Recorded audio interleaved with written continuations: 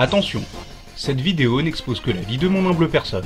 Si vous souhaitez connaître la vérité inconditionnelle, bah en fait vous ne pouvez pas, parce que ça n'existe pas. Mais allez plutôt demander à un expert. Non pas ce genre d'expert. Voilà, bonne vidéo.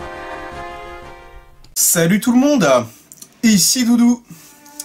Alors, pourquoi ce sujet de vidéo? Je suis peut-être un peu loin là, attendez. Oh non, ça fera l'affaire. Du coup, donc, pourquoi ce sujet de vidéo? Eh ben, parce que lors de ma dernière vidéo qui traite un peu de philosophie, donc à savoir celle sur la morale et le manichéisme, dans une moindre mesure, Loni m'a fait remarquer que mes arguments sur la mort ne conviendraient pas à des gens qui ont une foi religieuse et qui considèrent qu'il y a une vie après la mort. Et c'est là que je me suis rendu compte qu'en fait, dans mon argumentation, j'utilise un principe de base, un prérequis si vous voulez, que je n'ai jamais expliqué sur cette chaîne. Donc il faut que je l'explique. Alors voilà, je pars toujours dans toute forme d'argumentation, tant qu'on n'arrive pas sur un plan théologique du moins, que tout argument issu d'une foi n'a aucun poids. Et que tout argument issu d'une foi est nul et non avenu. Tout simplement parce que la foi, c'est un petit peu l'antithèse antagoniste du débat, si vous voulez. Une foi, c'est un non-débat.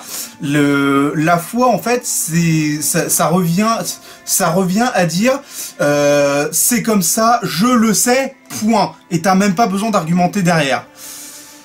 C'est je le sais parce que c'est comme ça.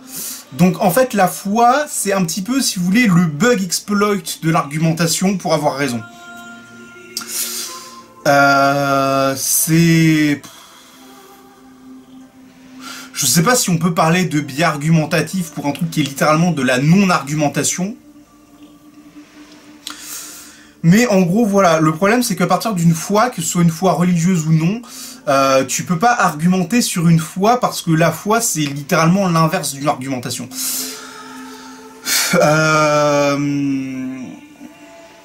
Là-dessus j'aimerais insister sur un point, c'est que il y a une distinction entre une foi et une croyance. Tu peux très bien avoir une croyance qui soit basée sur une argumentation derrière. C'est notamment le cas, mon cas avec, par exemple, moi je crois en la réincarnation, mais j'y crois de manière scientifique parce que j'ai recherché pour essayer de voir s'il y avait des arguments pour dire que c'était au moins plausible.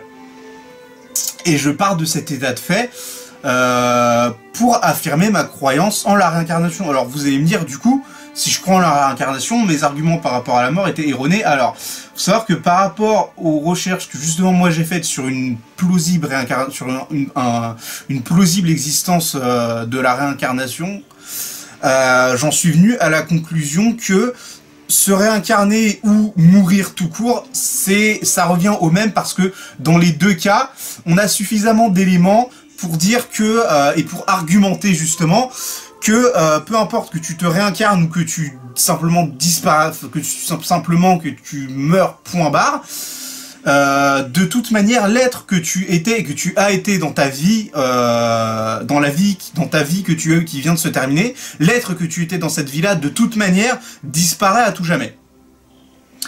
Parce que dans ma croyance de la réincarnation, en gros, l'esprit n'est qu'une partie de qui on est. Il y en a une grande partie qui vient du vécu de notre éducation et de notre manière, de la manière dont on est construit. Et ça, on a suffisamment d'arguments scientifiques pour le démontrer aujourd'hui. À moins qu'il y ait des corrélations qu'on n'aurait pas dû faire, mais a priori, ça a l'air d'être assez peu probable. Donc, en fait, qu'on se réincarne ou non, de toute manière, il y a tellement de parties de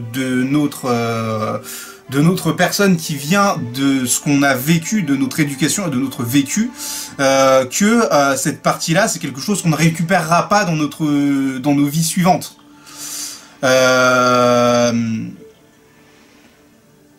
Donc, ou du moins, on ne les récupérera pas dans le même état, enfin dans l'état où elles étaient au moment où on est mort. Donc de toute manière, mourir totalement ou se réincarner, ça revient à peu près au même, dans le sens où la personne qu'on était disparaîtra totalement, et même si on en garde une partie, ça sera amené à évoluer, et donc on ne sera plus la même personne dans nos vies suivantes. Donc au final, ça revient au même.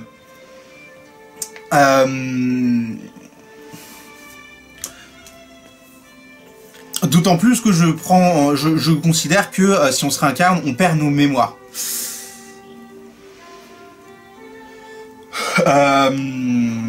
Enfin bon, c'est un truc que je pourrais développer autre part, mais c'est pas le sujet ici.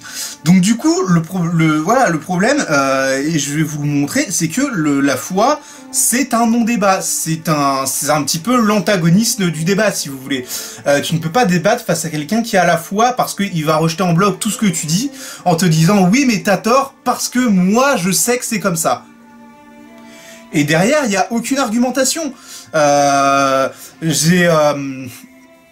Justement un bon exemple de ça, c'est ce que je disais, qu'il y a dans cette vidéo justement où je parlais de morale et de manichéisme, où j'expliquais que il y a des gens pour qui ça va même pas être possible de débattre sur l'idée de tuer quelqu'un, parce que c'est des gens pour qui la vie est sacrée, point barre, et il n'y a pas d'argumentation à avoir dessus. Ça, c'est une foi. La foi intrinsèque que la vie est sacrée. Il y en a plein des gens qui ont cette foi-là. Et c'est pas forcément une foi religieuse, c'est une foi qui est issue de préceptes religieux, certes, mais c'est pas forcément...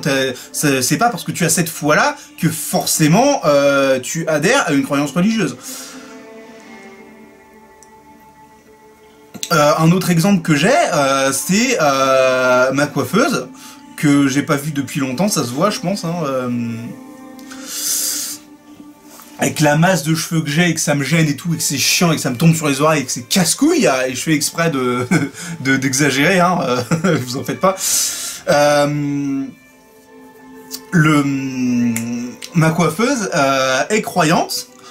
Et une fois on discutait, parce que ça arrive, alors c'est pas parce que quelqu'un est croyant et qu'il a la foi qu'il va pas vouloir débattre, mais simplement son débat sera forcément biaisé par sa foi.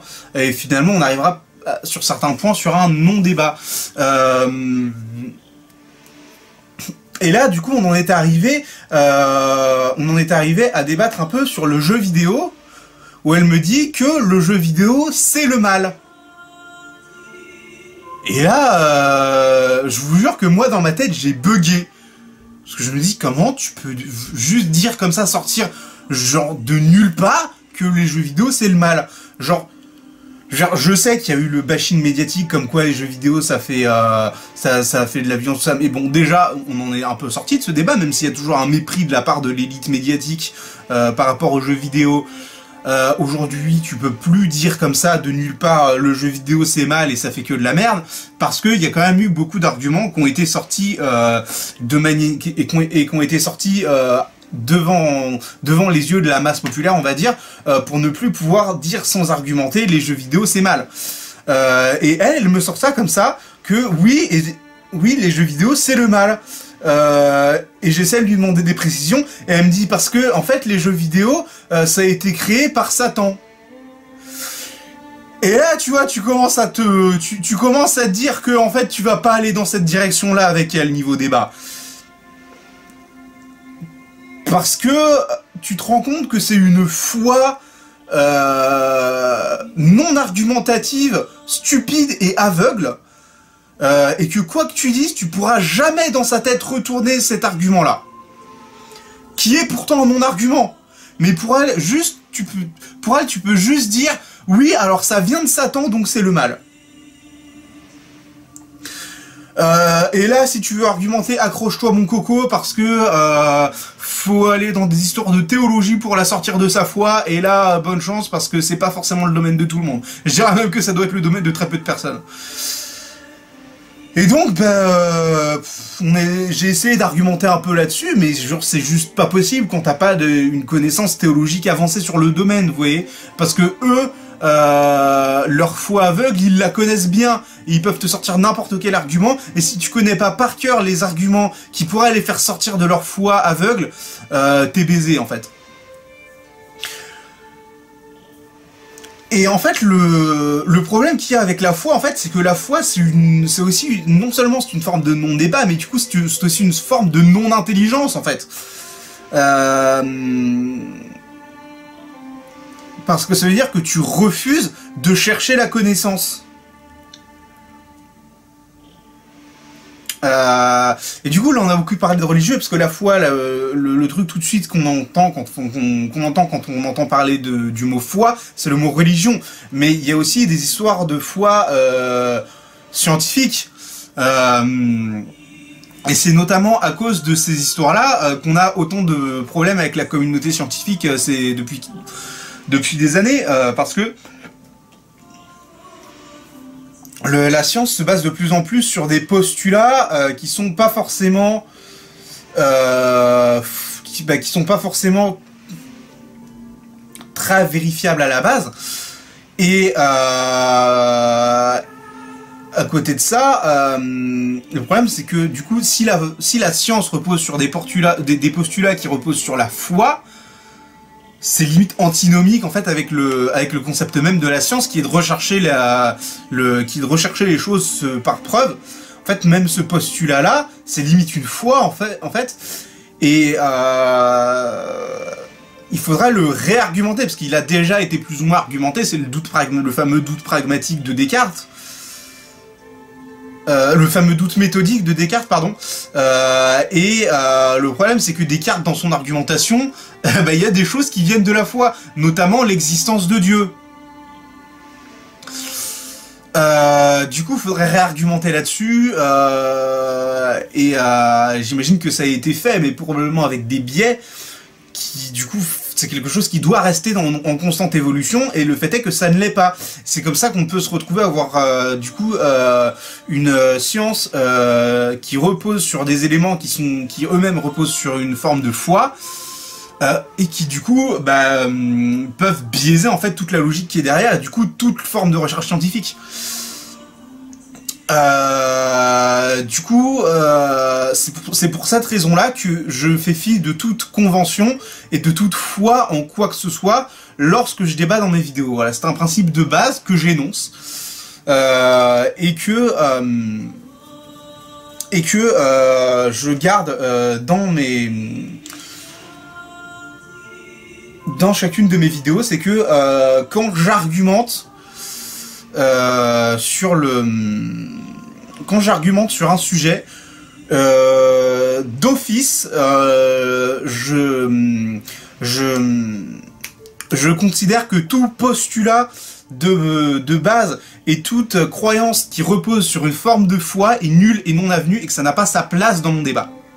N'en déplaise à ceux qui ont cette foi. Parce que la foi, pour faire monter le niveau intellectuel, le niveau de sagesse le niveau de sagesse global de l'humanité, il faut se débarrasser de tout ce qui puisse ressembler à de la foi aveugle. Maintenant, c'est tout ce que j'avais à dire dans cette vidéo, donc je vous laisse là, c'était Doudou, salut!